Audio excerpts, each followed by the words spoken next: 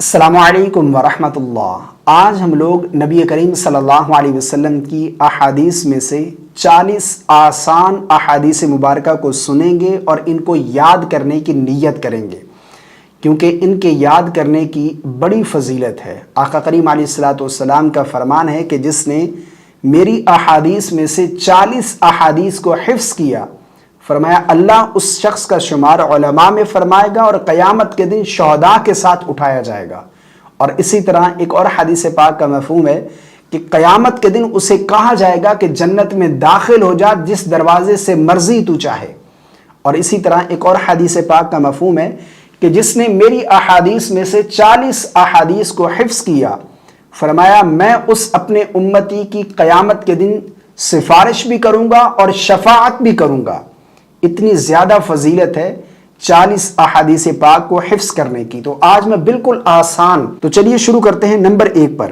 رسول اللہ صلی اللہ علیہ وسلم نے ارشاد فرمایا الدعاء هو العبادہ، دعا کرنا عین عبادت ہے، دعا کرنا یہ عین عبادت ہے۔ نمبر 2، لا تغضب، غصہ نہ کرو، یہ نبی کریم صلی اللہ علیہ وسلم کا فرمان ہے۔ نمبر 3، لا تحاسدوا، ایک دوسرے سے حسد نہ کرو، حسد نہیں کرنا چاہیے۔ اگر کسی کو اللہ رب العالمین نے دیا ہے تو آپ اس کے لیے دعا کریں کہ اے اللہ اس میں مزید اضافہ فرما اس کے لیے اور ہمیں بھی یہ چیز عطا فرما، تو حسد نہیں کرنا چاہیے۔ یہ آقا کریم علیہ الصلوۃ والسلام کا فرمان ہے کہ کسی سے ایک دوسرے سے حسد نہ کرو۔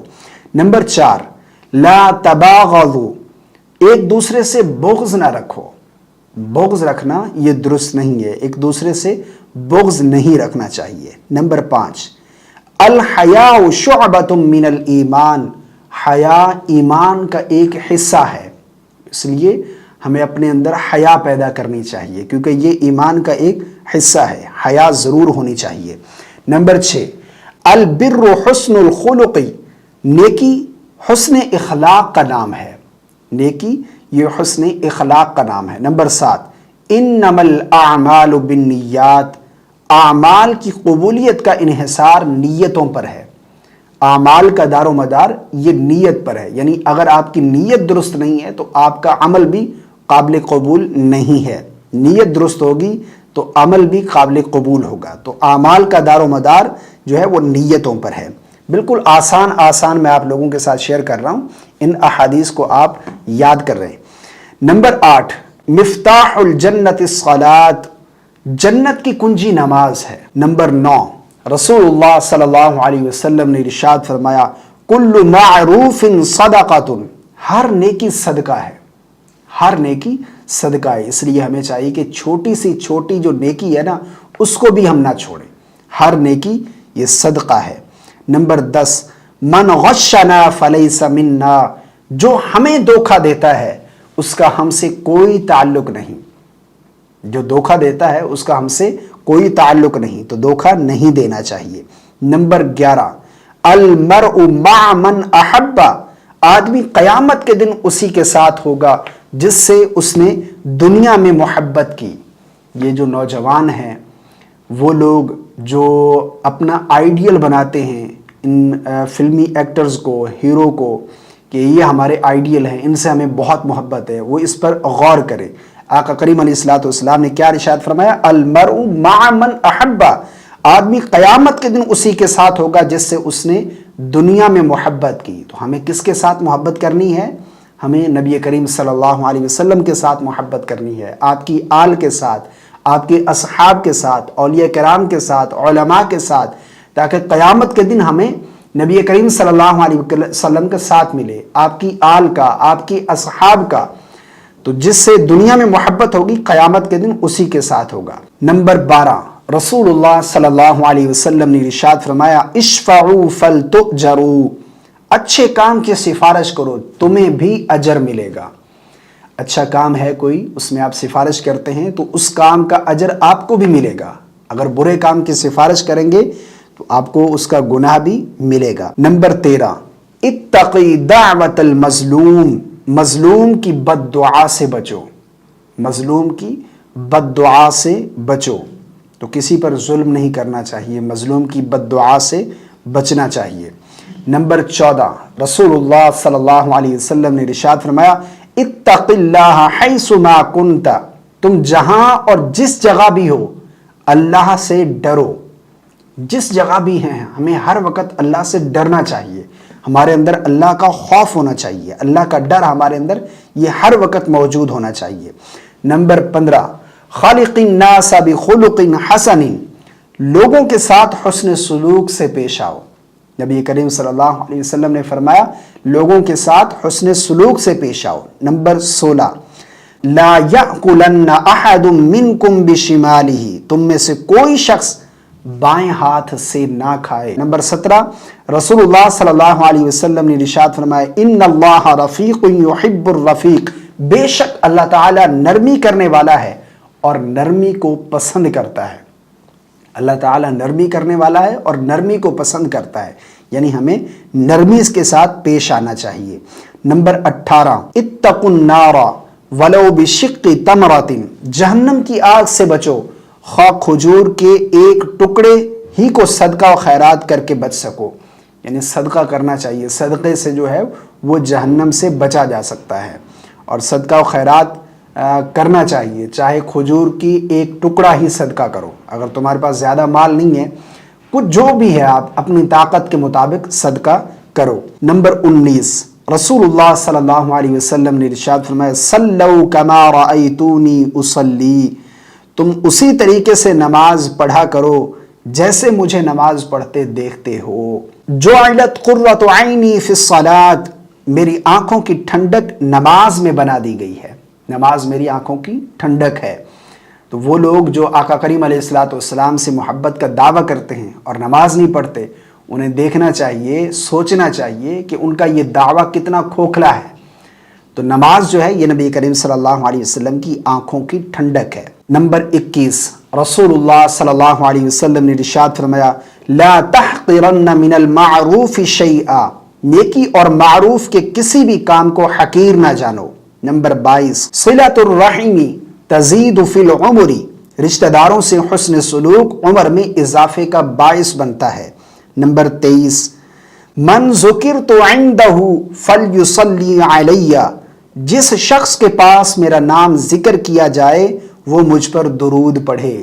اس لیے جب بھی ہمیں نبی کریم صلی اللہ علیہ وسلم کا ذکر سننے کو ملے، آقا کریم علیہ الصلوۃ والسلام کا نام آئے، تو ہمیں نبی کریم صلی اللہ علیہ وسلم پر درود و سلام پڑھنا چاہیے۔